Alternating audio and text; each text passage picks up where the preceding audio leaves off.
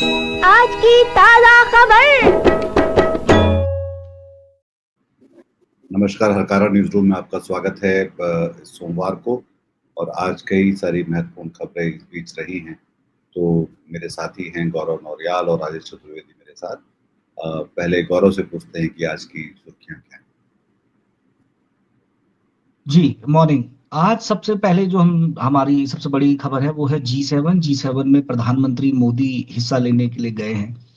उसको लेके सिख कम्युनिटी का वहां पे कनाडा में विरोध चल रहा है। तो ये पूरा एक मामला है G7 और उसके इर्द गिर्द जो भी बातचीत है कि ट्रम्प वहां पे आने वाले हैं, बाकी देश क्या है उनको देख रहे हैं। दूसरा, इजराइल और ईरान के बीच लगातार 3 दिन से भयानक हमले जारी हैं। दोनों ने एक दूसरे के रिहायशी इलाकों में भी बॉम्ब गिराने की बातें कही हैं, मिसाइल गिरी हैं। ईरान को लेकर ट्रंप साहब फिर से कूदे हैं और उन्होंने कहा है अभी 13वीं बार कि जैसे मैंने भारत और पाकिस्तान का युद्ध रुकवाया है वैसे ही ईरान और इजराइल का युद्ध भी रुक सकता है, बशर्ते ईरान उनके साथ डील कर ले। इसके अलावा केदारनाथ में दोबारा फिर से एक हेलीकॉप्टर गिर गया है, उसमें 7 लोग मरे हैं। दूसरे महीने में ये 5वीं घटना है। 2 महीने के भीतर भीतर ये 5वीं घटना उस इलाके में होती है। प्लेन क्रैश जो हमारे पास अहमदाबाद में अभी हाल ही में एक दुखद घटना हुई है, उसके 45 मृतकों की पहचान कर ली है, जिसमें पूर्व सीएम विजय रूपाणी के भी शव की शिनाख्त हो गई है और अब राजकीय सम्मान के साथ उनके अंतिम संस्कार की बातें यहाँ पे आई है। एक पुणे में एक पुल गिरा है, वहां भी 4 लोग इस पुल गिरने की वजह से मारे गए हैं, 32 लोग घायल हुए हैं। इस एक दिलचस्प खबर आई है। सरकार से पूछा गया कि भाई आपके जो टॉप ऑफिसर हैं मिस्री, उनको पिछले दिनों जब पहलगाम हमले के बाद अटैक हुआ और सीज फायर जब हुआ तो उसके बाद खास तौर पे बहुत ट्रोल किया गया, मिस्री को लेकर लगातार ट्रोल किया गया। सरकार से पूछा गया कि भाई मिस्री को ट्रोल करने वाले लोग कौन थे। जब सूचना के अधिकार में किसी ने पूछा तो सरकार का जवाब था कि उन्हें नहीं पता कि मिस्री को ट्रोल करने वाले लोग कौन है, जबकि वो सब सार्वजनिक हैं, वो ट्वीट्स और तमाम चीजें। इसके अलावा जेनपैक्ट एक आईटी कंपनी है, उसने वो पहली कंपनी बन गई है शायद भारत में, उसने कार्य के समय आवर बढ़ा दिए हैं। वो 10 घंटे तक अब अपने कर्मचारियों से काम करवाएगी और इसको लेकर बहुत विरोध हो रहा है और नई चर्चाएं, मतलब काम के घंटों को लेके एक नई बहस ही खड़ी हो गई है कि जेनपैक्ट ने 10 घंटे काम कर दिया तो बाकी कंपनियां भी देखा देखी ऐसे कर सकती है। तो यही मोटे तौर पे आज हमारे पास खबरें हैं जिन पे हम बात करेंगे। जी मोटे तौर पे एक G7 की महत्वपूर्ण बैठक है जहां पर इस समय की जो दुनिया है जो बहुत ही उथल पुथल से गुजर रही है, चाहे वो यूक्रेन रूस की लड़ाई चल रही हो या अभी इजराइल और ईरान के बीच में बहुत तेजी से तनाव बढ़ा है। इजराइल का गजा पर तो हमले चालू ही हैं। तो उस सब के बीच में लगातार ये एक इसलिए ये महत्वपूर्ण है कि वो G7 की जो मीटिंग हो रही है इसमें बातचीत होगी। और इस बीच तो डोनाल्ड ट्रंप, क्योंकि पिछली बार जब 2018 में जब वो G7 में गए थे तो उन्होंने न सिर्फ एक साझा वक्तव्य पे हस्ताक्षर करने से मना भी कर दिया था और वो वहां से एक तरह से वॉकआउट कर गए थे। तो इस वक्त पूरी दुनिया के देश उनकी तरफ देख रहे हैं कि कैसे वो उनका क्या बर्ताव रहता है। हाल ही में उन्होंने अपने जन्मदिन पर और अमेरिकी फौज के 250 साल होने पर एक बड़ी परेड को एक तरह से करना उसके वो अध्यक्षता की थी और उसी दिन अमेरिका में उनके खिलाफ बहुत बड़े बड़े प्रदर्शन पूरे देश भर में हुए थे। तो इन सब के बीच में G7 के दौरान जहाँ पर उनके अपने देश में उनके विरोध हो रहे हैं, पर बाकी सारे जो देश हैं वो उनसे चाहते हैं कि एक तरह से किस तरह से नरमी बरतें। और नरमी से भी ज़्यादा शायद ज़रूरी शायद उनके लिए ये है कि वो एक तरह की कंसिस्टेंसी दिखाएं, कि एक तरह की एक स्थिर नीति की तरफ दिखाएं, ताकि उसके हिसाब से बाकी देश अपने व्यापारिक और दूसरी तैयारियां कर सके, जिसको लेकर खासी अनिश्चितता बनी हुई है। तो क्या G7 से वो कुछ अनिश्चितताएं दूर होंगी, ये एक बड़ा सवाल है। नरेंद्र मोदी को भी, हमारे प्रधानमंत्री नरेंद्र मोदी को भी ऐन वक्त पे उसके लिए न्योता आया और उसके लिए कनाडा की सड़कों पर और से लेकर संसद तक खासे सवाल और विरोध दर्ज करवाया गया है कि ये सिख अतिवादी निज्जर के वहाँ पर हुई हत्या को लेकर है, जिसमें ये आरोप लगाए गए थे कि भारत का उसमें हाथ है। और वो उसके बाद काफ़ी दोनों देशों के बीच में खासी तनातनी हुई थी, जिसमें दोनों देशों के कूटनीतिक जो कर्मचारी थे उन सबको वापस, काफ़ी सारे कर्मचारियों को वापस भेज दिया गया था। इस बीच कनाडा के प्रधानमंत्री बदल गए हैं और ऐसी उम्मीद की जानी चाहिए कि वो ट्रूडो के बाद अब जो आ नहीं आए तो उससे शायद ये संबंध बेहतर होंगे। पर वहाँ के अंदाजे इस तरह से लगाना है अभी तो मुश्किल है, क्योंकि कनाडा ने संसद में भी और संसद के बाहर भी ये कहा है कि वहाँ उनके जो कानून हैं, उनके जो रूल ऑफ लॉ है, वो उससे वो डिगने वाले नहीं हैं। तो दूसरी बात नरेंद्र मोदी के लिए ये भी है कि वो डोनाल्ड ट्रंप से वहाँ मिलेंगे, जिन्होंने 13वीं बार, जैसे कि गौरव ने बताया कि 13वीं बार उन्होंने कहा कि मैंने मध्यस्थता कराई थी भारत पाकिस्तान के बीच में, नहीं हुई और समझौता करवाया मैंने। तो शायद जो उनसे ये बात हो सके कि ये मध्यस्थता की बात झूठी है और वो इस तरह से बार-बार इस तरह की बातें करके क्या साबित करना चाह रहे हैं। नरेंद्र मोदी के लिए ये एक जो डिप्लोमेटिक चुनौती है, जो कूटनीतिक चुनौती है, वो शायद ये भी है कि कनाडा के साथ अपने संबंधों किस तरह से बेहतर करेंगे, क्योंकि एक बहुत सारे भारतीय वहाँ पे रहते हैं, सिख समुदाय के अलावा भी, और बहुत सारे बच्चे वहाँ पढ़ने जाते हैं। तो ये इस पूरी उथल-पुथल और गहमा-गहमी में, चाहे वो अमेरिका हो या कनाडा हो, बहुत सारे जो बच्चे जो पढ़ने जा रहे थे, जिनकी तैयारियां थी कि हम वहाँ जाके पढ़ेंगे, और वो सब एक तरह से अनिश्चितताओं में फंसा हुआ है। तो वो भी एक बात करने की, देखने की बात है कि वो किस तरह कोई बात होती है या उससे कोई समाधान निकलते हैं। टैरिफ को लेकर भी जो लगातार बात हो रही है, उसमें भी लेकर भारतीय कंपनियों से लेकर भारतीय किसान तक खासे एक तरह से बेचैन है कि इसको किस तरह से, उन पे किस तरह से इसका असर पड़ने वाला है, क्योंकि जब तक वो तय नहीं होता तब तक वो भी अपने आगे की जो वाणिज्य की और व्यापार की योजनाएं ठीक से नहीं बना पाएंगे। राजेश, इसमें और कुछ है जो बड़ा सवाल है G7 को लेकर? हाँ, जैसा आपने कहा कि भारत कनाडा के लिए भारत की स्थिति काफी थोड़ी तो अलग है, मतलब बाकी दुनिया से थोड़ी अलग है। वो इसलिए है क्योंकि एक तो जैसा आपने कहा कि भारतीय मूल की जो आबादी है वो काफी ज्यादा है, करीब 30 लाख लोग वहाँ रहते हैं, और जिनमें जो सिख समुदाय है उसकी आबादी ज्यादा है बनस्पत दूसरों के, लेकिन भारतीय मूल की काफी आबादी है। और दूसरा, भारत जो है एक बहुत बड़ा बाजार है।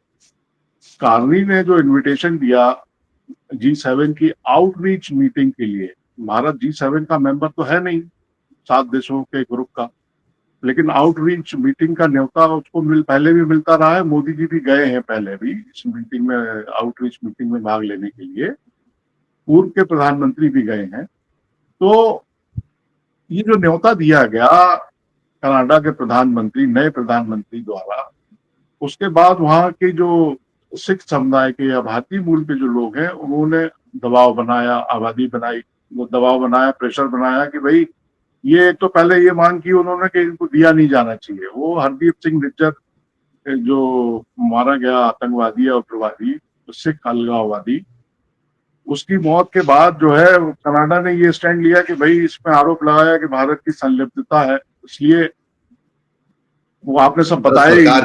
भारत सरकार की संलिप्तता है उसमें, भारत की से ज्यादा भारत सरकार की संलिप्तता है। तो वहाँ की जो आबादी है, सिख आबादी, उन्होंने दबाव बनाया, ये मांग की बाकायदा कि इनको आमंत्रित नहीं किया जाना चाहिए। लेकिन जब आमंत्रण भेजा, जब निमंत्रित किया, तो कार्नी ने ये बोला कि भाई भारत जो है दुनिया की 5वीं बड़ी अर्थव्यवस्था है, और मतलब दूसरे शब्दों में बहुत बड़ा बाजार है, उसको हम दरकिनार या इग्नोर नहीं कर सकते, उसकी जो है अवहेलना नहीं की जा सकती है। जो हमारे मसले हैं जो विवाद के विषय है वो द्विपक्षीय है, दोनों पक्ष आपस में बात करेंगे, वो अपनी जगह कायम है, बरकरार है। जो भी सवाल हैं उन पे बात की जाएगी। तो अब मोदी जी उसमें शामिल होंगे आउटरीच मीटिंग में, फिर उनकी कारनी से बातचीत भी होगी। तो लाजमी है कि जो सवाल हैं, जो विवाद हैं, उन पे बात होगी ही, ये माना जाना चाहिए। क्योंकि भारत में खासा जो दोनों देशों के बीच जो व्यापार है वो काफी बड़ा है। पहले $9 बिलियन का व्यापार था। अब ये खबर है कि भाई कनाडा ने $55 बिलियन का निवेश किया है। तो आर्थिक संबंध भी हैं अपनी जगह। उसको जो है आज की जो परिस्थिति है पूरी दुनिया में, जो व्यापार है, जो ट्रेड है, डोनाल्ड ट्रंप भी डील की बात कर रहे हैं। कोई मसला हो वो ट्रेड डील की बात कर रहे हैं। डील माने क्या? डील जो है बेसिकली जो है व्यापार का ही एक टर्म है, एक बहुत इंपॉर्टेंट शब्द। और डोनाल्ड ट्रंप ने तो डील को डास से डोनाल्ड, डी से डील, तो मतलब ये जो अलंकार टाइप हो गया है कुछ। तो वो हर चीज में डील डील डील कर रहे हैं। तो आज की दुनिया में ट्रेड जो है बहुत इंपॉर्टेंट स्थान रखता है। और कई सारी बातें जो है इस आधार पे ही तय होती हैं, ये सच्चाई है। क्योंकि और दुनिया पूरा ग्लोब जो है एक हो गया है, और भारत बहुत बड़ा बाजार है। भारत की जो इम्पोर्टेंस है पूरी दुनिया में या दुनिया की नजरों में, वो अगर नंबर 1 पे कोई स्थिति मुल्कों के दिमाग में रहती है तो वो ये है कि भारत बहुत बड़ा बाजार है। कोई भी चीज भारत में आएगी, मतलब 150 करोड़ की आबादी का मुल्क है। कोई भी एक चीज अगर, जैसे चाइना का क्यों हल्ला होता है, वो इसीलिए होता है कि भाई चाइना के लिए कुछ भी हो, मगर भारत भारत जो है एक बहुत बड़ा बाजार। तो आज की स्थिति में कई सारी चीजें इस आधार पर तय होती हैं। अब ये उम्मीद की जानी चाहिए कि भारत और कनाडा के बीच जो संबंध चल रहे हैं पिछले करीब 2, ढाई, 3 साल से, खासकर निज्जर की जो हत्या हुई, मौत हुई, उसके बाद उसमें कुछ सुधार देखने को मिलेगा। देखते हैं मोदी जी क्या करते हैं। नहीं, उसके अलावा और भी सवाल है मेरे ख्याल से, जैसे कि जो सर्वदलीय जो डेलीगेशन गया था पाकिस्तान को एक तरह से कॉर्नर करने के लिए या उनको उसमें बताने के लिए कि कटघरे में खड़ा करने के लिए, तो उसको लेकर भी अब तो मोदी जी वहां रहेंगे, उन सारे देशों से मिलना जुलना होगा, तो फिर वो शायद इस बात को बता पाएंगे ज्यादा ठोस और तरीके से कि पाकिस्तान की भूमिका इस पहलगाम वाले मामले में कैसी रही है, और उसको लेकर वो किस तरह का बाकी दुनिया को किस तरह का एक रवैया अपनाना चाहिए। वो देश भी भारत से और जानना चाहेंगे इस पूरे घटनाक्रम के बारे में। और क्योंकि वैसे ही दुनिया में बहुत सारा तनाव है, और उसमें भी भारत कई जगह कई तरह से फंसा हुआ है, जैसे कि रूस और यूक्रेन। जेलेंस्की वहां पर होंगे, वो भी, उनको भी बुलाया गया है G7 की बैठक में, और वो ट्रम्प से भी मिलेंगे और बाकी देशों के सामने भी अपनी अपनी स्थिति बताना चाहेंगे। और उसमें फिर भारत का नाम बार बार इसलिए लिया जाता है क्योंकि हमने जो है रूस का कच्चा तेल अपने यहाँ लाके उसको प्रोसेस किया, जिसको पूरे यूरोप में बैन कर दिया था। तो इस तरह से, और वही तेल फिर हमने उसको रिफाइन करके यहाँ से क्या बोलते हैं, यूरोपियन देशों को भी भेजा और बेचा, जिसको लेकर काफी सारी, उसको लेकर भी खासे पखेड़े विवाद हैं। इजराइल को लेकर एक तरह से अमेरिका उनके साथ है प्रत्यक्ष या परोक्ष तरीके से, पर हम उनके लगभग पक्ष में होने के लिए जो यूएन में जो वोट हुआ था सीज फायर का, उसमें हमने अब्सटेन किया भारत ने। भारत लंबे समय से फिलिस्तीन की तरफ है, और अब जो ईरान के साथ जो जंग छिड़ी है, तो उसमें हमारे संबंध ईरान से भी हैं और इजराइल से भी हैं।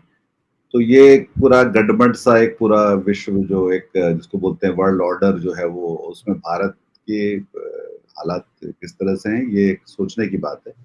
क्योंकि हमारे दोस्त जो हैं, मतलब खासतौर पे पहलगाम के बाद तो ये बहुत साफ समझ में आ रहा है कि हमारे दोस्त दुनिया में बढ़ नहीं रहे हैं, और जिनको हम अपने दोस्त मान रहे हैं वो उसको ठीक से निभा नहीं रहे हैं।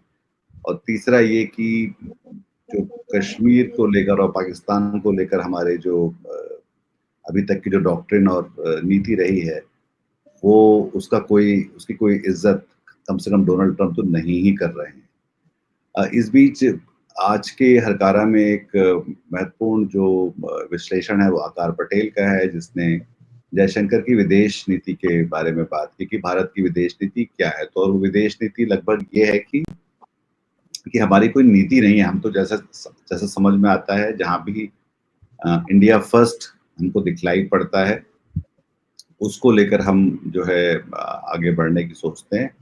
तो उसमें इन्हीं सारी चीज़ों के बारे में बात की गई है कि कैसे तो और उसमें ये भी है महाभारत के कि जहाँ-जहाँ पे हमने सिद्धांतों और मूल्यों और कायदों को एक तरह से छोड़कर एक आउटकम लाने की कोशिश की, जिसमें द्रोणाचार्य का भी ज़िक्र है और कई और चीज़ों का। ये सब उन्होंने जयशंकर की भाषणों से निकाला है और उससे फिर एक आउटकम लाने की कोशिश की। तो वो जो अभी तक हम ऐसा करते रहे कि हमने रूस का तेल जो है घुमाकर यहाँ से घुमाकर वहाँ बेचा, या फिर इज़राइल के साथ जो हमारी दोस्ती हुई उसमें हमने फिलिस्तीन को लगभग छोड़ दिया, जो कि एक लंबा साथ है, जो कि महात्मा गांधी के समय से लेकर फिलिस्तीन को लेकर लगातार हम उनके साथ रहे हैं। यासर अराफात थे, इंदिरा गांधी के समय बहुत सारी मुझे अपनी तस्वीरें याद हैं जब वो यहाँ आते थे और उनके साथ और वहाँ के बहुत सारे लोग यहाँ पढ़ने आते थे और ये सब होता था। तो वो हमने उनको एक तरह से छोड़ दिया। तो अब वो उन सारी बातों को लेकर जब हम तो एक तरफ हम तो ये कर रहे हैं, दूसरी तरफ उसी नीति के हिसाब से कि जब अब दूसरे देश हमसे पल्ला अपना झाड़ रहे हैं, तो वो शायद इसीलिए है क्योंकि हमारी कोई एक साफ स्थिर और निरंतरता नहीं है हमारी नीति में कि हम पहले कैसे थे और अब कैसे हैं। इसको लेकर आकार ने कई सारे सवाल उठाए हैं जो कि शायद ये समझने में मदद करते हैं कि हमारे मुल्क की जो विदेश नीति को लेकर, जैसे कि लगभग दक्षिण एशिया में भारत के पास अब किसी से भी घनिष्ठता जैसे संबंध अब उस तरह से नहीं रहे। हालांकि जब दक्षिण एशिया जो सार्क बना था, दक्षेश बना था, तो वो उसकी नेतृत्व भारत के पास था। तो वो जो तीसरी दुनिया की एक नेतृत्व जो भारत को मिला हुआ था, वो लगभग अब उस तरह से नहीं दिखलाई पड़ रहा है और वो एक चिंता का विषय है और चुनौती की भी बात है कि जब मोदी जी वहाँ गए हैं और ये लगातार ये चलता रहेगा तो किस तरह से हम इसको नेविगेट करेंगे, इस पूरी स्पेस को। ये देखने की भी बात है और उसको हम आगे भी आपको कवर करते रहेंगे हर कारा में। आगे चलते हैं। संयुक्त राष्ट्र महासभा में जो वो प्रस्ताव जो पारित हुआ है इजराइल और ईरान के संघर्ष के बीच वाला, वो इसमें भारत का ये कहना है कि भाई मैं एब्सटेन रहे तो इसलिए रहे शांति के पक्ष में रहे हम, ना हम इधर हैं ना हम उधर हैं, हम शांति के पक्ष में हैं। एब्सटेन अगर हैं तो शांति के पक्ष में, हम चाहते हैं कि शांति हो। ये भारत का पक्ष है, मतलब विदेश मंत्रालय का कहना है सही। हालांकि चीजें जो है वो जो 1977 की जो जनता पार्टी की सरकार थी, मोरारजी भाई प्रधानमंत्री थे, तब अटल बिहारी वाजपेयी जो मरहूम प्रधानमंत्री हैं हमारे, तत्कालीन वो विदेश मंत्री होते थे, तो उनका एक स्पीच बड़ा वायरल हो रहा है जिसमें वो ये कह रहे हैं कि भारत का शुरू से जो पक्ष रहा है वो फिलिस्तीन के साथ रहा है और वो रहेगा। तो मतलब ये 1977 से 80 के बीच का जाहिर है वीडियो होगा जो भाषण है उनका, जब वो विदेश मंत्री थे। तो फिलिस्तीन के साथ भारत का ऐतिहासिक रूप से संबंध रहा है। और अब जो हमारी, जैसा कि इन्होंने लिखा है आकाश पटेल ने, कि जो राजनीतिक प्रतिबद्धताएं हैं उसके कारण जो हमारे उसमें परिवर्तन आया है वो उस वजह से आया है कि जो हमें जो लोकल ऑडियंस को संबोधित करना है जिन मुद्दों पर, क्योंकि भारत पाकिस्तान के जो संघर्ष हुआ जो पहलगाम के बाद, उसके बाद पूरी दुनिया को लोगों ने देखा, माने भारत के लोगों ने देखा कि हमारे साथ, भारत के साथ कौन कौन खड़ा हुआ, कौन कौन खुलकर सामने आया।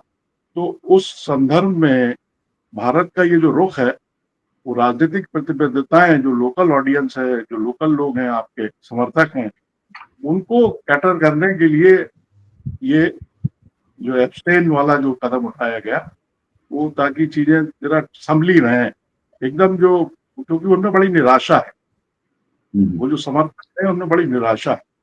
तो उसके मुतालिक ये बड़ी इंपॉर्टेंट टिप्पणी है जी।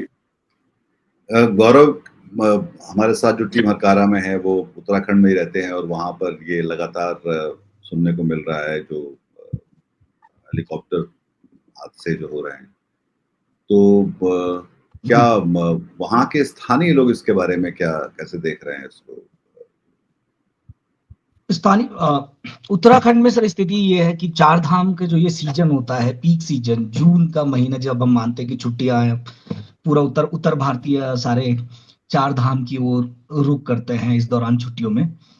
तो ये जो चॉपर की जो गतिविधियां हैं वहां अचानक से बढ़ जाती है इस जून के महीने में पर्टिकुलर। आप देखेंगे कि वहां 4-5 जो भी कंपनियां काम कर रही हैं हेली सेवाएं, उनकी उनके रूट में अचानक से बढ़ोतरी हो जाती है, उनकी फ्लाइट में बढ़ोतरी हो जाती है। पता लगा 300 की उनका पीक परमिशन है तो सीजन है वहां ये। 450 फ्लाइट, हाँ जी, पता लगा कि 300 की फ्लाइट की अगर अनुमति है तो वहां 450 फ्लाइट पर डे उड़ रही है। इस तरीके की शिकायतें भी वहां पे आम लोगों की लगातार आती रही हैं और लोग तो ये तक कहने लगे हैं कि उत्तराखंड में खासकर चार धाम वाले इलाकों में ये चॉपर सेवा अब देहरादून में जो विक्रम चलते हैं या ऑटो चलते हैं उसकी तरह हो गई है कि आप आइए, टिकट लीजिए और बैठिए और कभी भी उड़ के चले जाइए। तो ऐसा मजेदार आजकल बात ये है आजकल कि जी, आजकल जो ई जो जो रिक्शा ने जो जो उसका रूप ले लिया। ई रिक्शा होता है ना, ई रिक्शा टाइप हो गया हाँ, है। Yes yes. हाँ, तो वो जो इलाका है पूरा केदारनाथ वाला, वो वाइल्ड लाइफ सेंचुरी है। तो लगातार इस बात पे भी पहले भी वैज्ञानिकों ने चिंता जताई कि भाई आप इतनी ज्यादा उड़ानों को यहाँ अनुमति ना दीजिए। इसके वाइब्रेशन से जानवरों के बिहेव में भी और प्रजनन तक में, उनके हैबिटेट में तो जो दिक्कतें पैदा हुई उससे उनके प्रजनन पर भी असर पड़ रहा है वन्य जीवों के। इस तरीके की रिपोर्ट भी आई। लेकिन इतनी संवेदनशीलता के लिए तो अभी हमें बहुत इंतजार शायद भारत में करना होगा कि जब हम जानवरों का भी ख्याल रखने लगे। अभी तो हम पहले आदमियों पे बात करते हैं कि हम किस सुरक्षा में वहां पे हेली सर्विसेज को हमने अनुमति दी है, जो ना मौसम देख पा रहे हैं कि भाई मौसम खराब है कुछ, उनको तो अपने रूट पूरे करने हैं। पायलट के पास एक चार्ट है कि उसको भैया इतनी उड़ानें भरनी है और हेली कंपनियों को मंथली जो भी उनके अपने बजट सीट होगी वो बिल्कुल ग्रीन बॉक्सेस में उन्हें चाहिए, क्योंकि ये उनके लिए पीक सीजन है। तो लगातार इसको लेके सवाल तो उठते रहे हैं कि भाई आप इन पे कुछ लगाम लगाइए हेली सेवाओं पे। लेकिन अभी तक तो और ज्यादा ही हेली सेवाएं आ रही है हमारे यहाँ पे। धीरे धीरे जैसे जैसे भीड़ बढ़ रही है वैसे वैसे हेली सेवाएं भी बढ़ती जा रही है जी। देखिए क्या है कि आपको याद होगा 2013 में जो त्रासदी हुई थी, भयानक, 2013 की जो त्रासदी है, उसके बाद जो है बड़ी बातें की गई थी कि भाई सब ऑटोमेटिक वेदर स्टेशन खोलने की मांग उठी थी कि भाई इसको खोला जाना चाहिए, मतलब स्वचालित मौसम केंद्र एक बनाया जाए बड़ा। मगर वो कुछ नहीं बनाया, पता ही नहीं चलता। और वी शेप में जो है वो घाटी है, वो वी शेप में है। और फिर वही सवाल जो यस। सौरभ ने बताया, जो अहमदाबाद का जो ये हादसा हुआ उसके बाद भी उठा, जो जांच के आदेश दिए हैं कि भाई रोज उसकी जांच की जानी चाहिए। वही बात है कि उसकी क्षमता कितनी है, कितनी कैपेसिटी है उसमें रोजाना उड़ान भरने की चॉपर में, और उनकी कंडीशन कैसी है।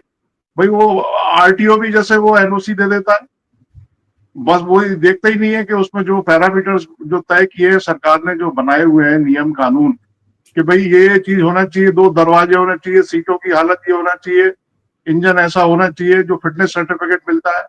तो क्या इसको रेगुलर चेक किया जा रहा है कि चॉपर जो उड़ रहे हैं वहां, जो दूर दराज से आने वाले यात्रियों को वहां लेकर के जाते हैं और फिर वापस उसी जगह लेकर के आते हैं, वो ठीक है कि नहीं है, उनकी हालत क्या है, क्या इसका नियमित चेकअप होता है इसका, ये सवाल है। क्योंकि 2 महीने में सोचिए आप कितनी, पांचवी घटना है।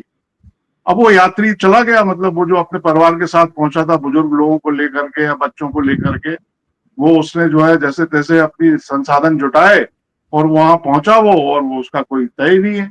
तो इससे क्या होता है कि फिर विश्वास कम होता है। इसी वजह से हमने ही देखा कि भाई ये जो ड्रीम लाइनर है, वो कल जो है, ये खबर भी हम लोगों ने देखी कि 2 ड्रीम लाइनर जो है आधे रास्ते से वापस लौटा लिए गए, और अभी शायद उनको होल्ड पर रख दिया गया है भारत में, तो उनकी सेवाएं अभी ली नहीं जाएंगी।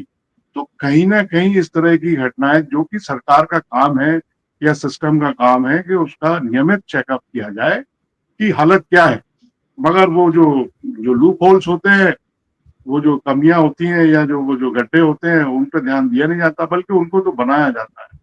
तो ये घटनाएं मेरे होती ख्याल हैं। से बिल्कुल। ये भी उसमें एक दिक्कत की बात है कि ये जो इन सारी चीजों में जब भी इस तरह की चीजें होती हैं जहाँ पे चाहे वो मतलब इसमें पहलगाम भी शामिल है कि जब इसका इंचार्ज कौन था, जब ये घटना हुई, किसकी किसकी जिम्मेदारी थी कि वो वहां पे सुरक्षा दे, किसकी जिम्मेदारी है कि ये हेलीकॉप्टर वाले मामले में देखने वाली बात है, या जैसे महाराष्ट्र में जो पुल गिरा है, किसको देखना था कि वो आके उसको चेक करे कि उसको वो अपनी मजबूती पर अभी है भी या नहीं है, किसकी जिम्मेदारी थी कि वो उसको बंद करवा दे, चेतावनी दे या उसके लिए वैकल्पिक व्यवस्था बनाए। तो हमारे देश में जो दो तीन चीजें जो इस बीच देखने को मिल रही हैं लगातार, तो ये समझ में नहीं आता कि मोदी जी के पास तो सारा काम खुद नहीं कर सकते, तो उसका इंचार्ज कौन है ये तय नहीं हो पाता। दूसरा कि उसकी जवाबदेही किसकी है, उसकी उसमें पारदर्शिता की कमी है, बहुत ज्यादा कमी है। जैसे कि अभी विक्रम मिस्री को लेकर ही जो खबर थी कि जो लोग उनको ट्रोल कर रहे हैं, हम जान नहीं सकते वो कौन लोग, सरकार को पता ही नहीं कि वो कौन लोग, उनके विदेश सचिव को, मतलब उनके पूरे विदेश मंत्रालय को, और जो जो व्यक्ति भारत की नुमाइंदगी कर रहा है विश्व के पटल पे, उसको जो लोग उसके साथ जो बेहूदगियां कर रहे हैं, उनके परिवार के साथ जो बेहूदगियां कर रहे हैं, उनके बारे में किसी को कुछ पता ही नहीं। तो ये जो कोई इंचार्ज कौन है हमें पता नहीं, उसको लेकर पारदर्शिता कहाँ है वो पता नहीं, और जो जवाबदेहियां हैं वो तो और उसका कोई कोई किसी को जो है सजा या किसी को कोई उसकी कोई ओनरशिप लेने वाला भी नहीं। तो ये इस भारत की बहुत ज्यादा बड़ी दिक्कत है।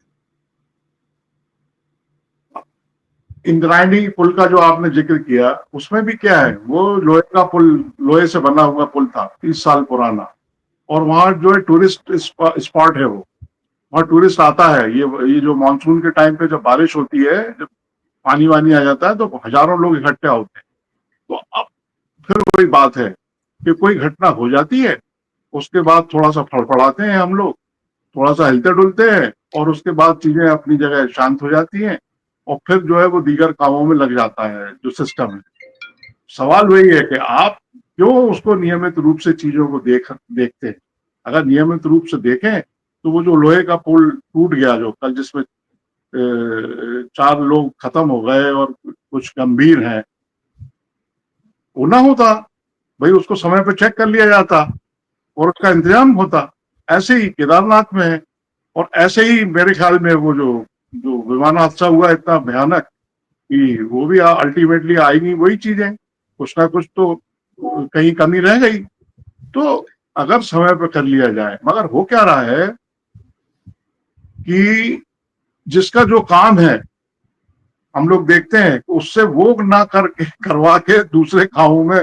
देश में एक ये बहुत बड़ा विषय है कि जो हमारी शिक्षक बिरादरी है, जो मास्टर बिरादरी है, उससे जो है पढ़ाई के अलावा वोटर लिस्ट उससे बनवाई जाती है, और तमाम वो जो पोलियो की जो ड्रॉप है, जो बूंदे हैं, वो उससे पिलवाई जाती है घर घर भेज करके। अब हम लोग सारे लोग इस चीज को अनुभव करते हैं। अब तो जनगणना करवाई जाएगी उनसे। जनगणना, वो जनगणना के काम में उसको अब वो बेचारा जो है, चाहे ठंड हो गर्मी हो, थैला टांग के आएगा और 4 चीजें जो है सिस्टम के बारे में कहेगा, और वो काम करेगा अपना, माने वो पढ़ा नहीं रहा है। फिर दूसरी तरफ जब रिजल्ट बिगड़ता है, रिजल्ट आपकी अपेक्षाओं पे खरा नहीं उतरता है, मंत्री जी जो है जब भाषण देते हैं तो वो कुछ और चीजें कहते हैं, और जब वो रिजल्ट वैसे नहीं आते हैं तो फिर उसकी गाज भी जो है उस गरीब शिक्षक पे गिरती है। तो मैंने ये जो, जैसे कल परसों मैंने कहा था कि भाई वो जो होली दिवाली पे जो बाजार में मावा बिकता है, वो 2 दिन पहले ही क्यों चेक किया जाता है कि नकली माल आ रहा है, वो सारा का होना चाहिए। तो खैर, हम लोग इस विषय पे थोड़ा ज्यादा हो गए, आगे बढ़ा जाए। मैं ये शिक्षक वाले मामले में तो हमने शिक्षकों वाले मामले में तो हमने एमपी में और आगरा में ही खबरें पढ़ी थी कि शिक्षकों की ड्यूटी तो जो खुले में शौच करने के खिलाफ जो अभियान प्रधानमंत्री का चला था, उसमें बाकायदा शिक्षकों को फोटोग्राफी करने के लिए भी लगा दिया गया था कि अब आप सुबह सुबह पहले फोटोग्राफी कीजिए कि कोई खुले में तो शौच नहीं कर रहा है। इस तरीके की खबरें भी एमपी से आई थी एक दौर में। उसमें विवाद भी हाँ, है, शायद आज के शिक्षकों की ड्यूटी। आज के हरकारा की जो आखिरी खबर जो हमने न्यूयॉर्क टाइम्स मैगजीन से ली है वो कल फादर्स डे था, तो उस पे एक पिता जो कैंसर से लगभग अपनी आखिरी दौर में हैं और जाने वाले हैं, तो उनके बेटे और उनकी पत्नी ने मिलके उनको एक काफी सारी रिकॉर्डिंग करके और एक एआई कंपनी ने उनकी मदद की कि वो उनके एआई अवतार से उनके जाने के बाद भी संपर्क में रह सकते हैं और उनसे बातें कर सकते हैं।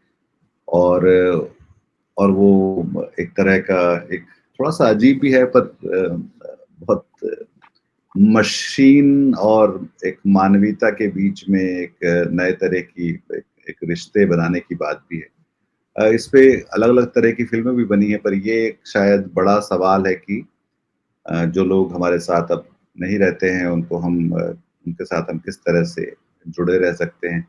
और जुड़े रहने में ऐसा तो शायद नहीं होगा कि कुछ नई बातें कर पाएंगे, वो तो बातें तो वही होंगी जो उनके पास जो उसमें रिकॉर्डिंग में है या उसके आसपास की बातें। पर एक तरह का जो भावनात्मक आपको लगाव है या एक तरह का जो आसरा मिलता है खासतौर पर माँ और पिता के होने का आपके जीवन में, तो उसको लेकर वो एक दिलचस्प खबर है। उसके लिंक पर अगर आप जाएंगे तो शायद आप देख पाएंगे कि वो कुछ उसमें वीडियोस भी हैं जिसमें वो रिकॉर्डिंग हो रही है और वो लोग बातें कर रहे हैं। कई जगह वो बहुत भावुक हो रहे हैं और कई जगह वो लोग हंस भी रहे हैं। तो वो एक दिलचस्प खबर देखने को हम लोगों को मिली, जो कि हमने क्यूरेट की हरकारा के ट्विटर में। हरकारा जो है वो सबस्टैक पर भी है और अब यूट्यूब पर भी हम इसमें सामग्री ला रहे हैं, जैसे कि अभी आप हमको यहाँ पर देख रहे हैं।